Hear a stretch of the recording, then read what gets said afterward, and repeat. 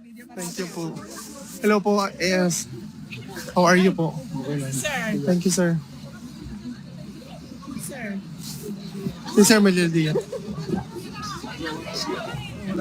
We have Sir Miguel Diaz right over here.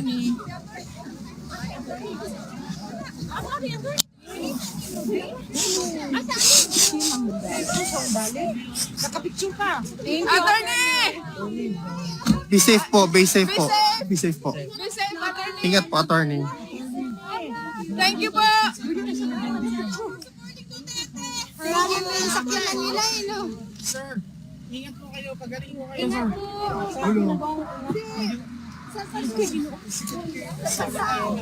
Thank you so much. Sir, ingat po. Andun, andun!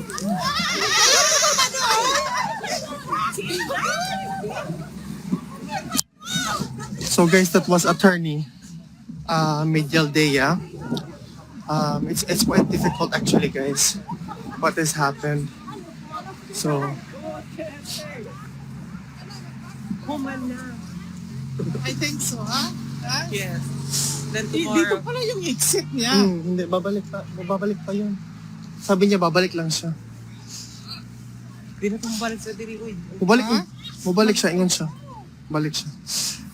Wala na grant ang ihang request for extension para next week na ni. Wala grant. Nana sila yung appointment on the 23rd of September. Can you say it again? So basically, recap lang. On the 23rd of September will be the next hearing. There was a motion na dapat nila i-delay yung proceedings, request proceedings for next week. It was denied. So basically, ang mangyayari, President Duterte, former President Duterte will be here until September. But I think meron pang mga legal remedies na gusto nilang gawin. But then, But try to make another motion perhaps. Tingnan, malalaman natin mamaya pagdating dito ni VP. So guys, nandito po yung mga kababayan natin. Hello po. Yeah, may problema.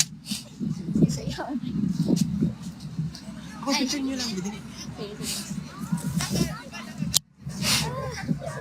Wait lang.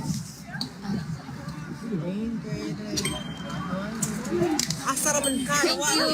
Pwede pa shout out? Kaya po. Kay Sheila May. Yeah, shout out po kay Sheila. Hi.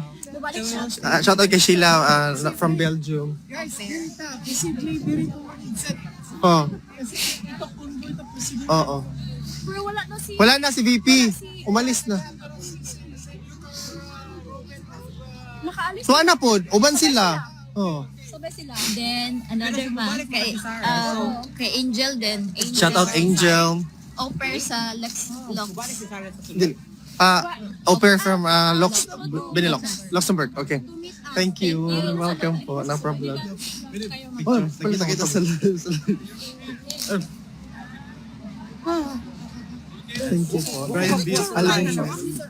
Tapos Ano, wait, I'll get picture ta ha. saan tayo?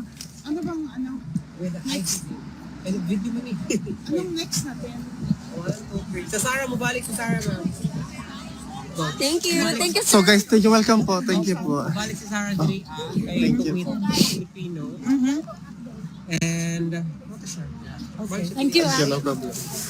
Iba lang. So mo to siya guys, ang nahitabo guys is maglisod na gyud ginhaw. Yeah. I think they are going to exhaust because what they ask is they want to postpone this arraignment to next week kasi nga isa lang yung listed na counsel. Yun yung sabi ni secretary attorney Harry Roque kaninang umaga.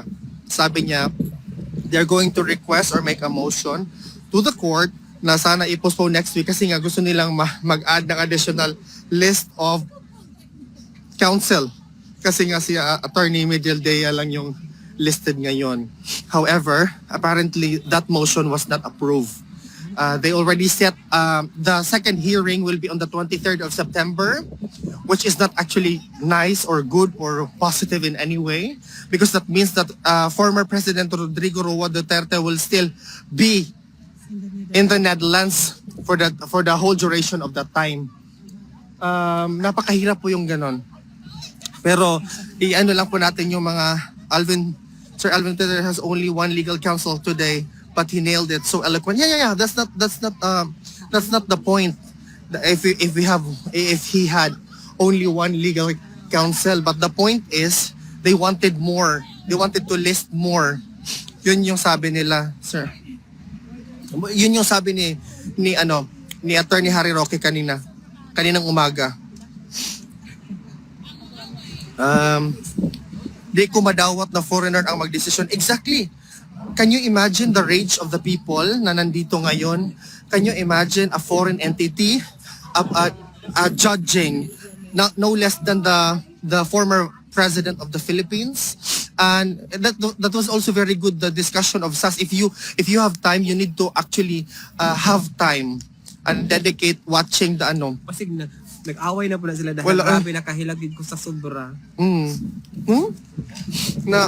You actually need to have time to watch the explanation of SAS about the informalities, the illegal grounds pertaining to the Rule 59 of the ICC parang arrest procedure or something which they have violated.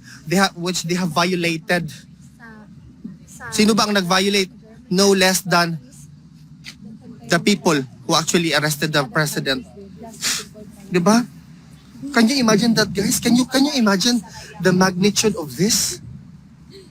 So kung pwede nila itong gawin sa isang former president, pwede din nila ito gawin kahit kanino.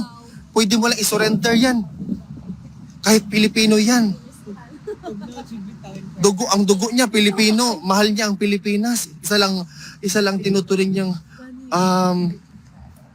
home niya, ang Pilipinas lang.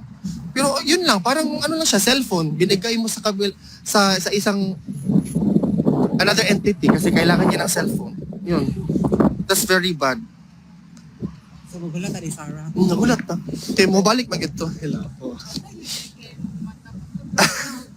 Uy, grabe ka puti sa veneers, ano niya. Uy. Why ko ka drive pa yun, din ba? Nakako sa dalonggan. Sana yung mata niya ay. Hindi ko nanay, gina ko ba? Imang ko kita, may ka drive ba yan ko ba? Dita pa sa Germany. But that's nice na naagib ka diri. Gikan ako din niya ito. Katong niya ako yan sa tatay di ko. Yesterday, Oh. Wednesday. Wednesday na ito? Wednesday. Ikatulong na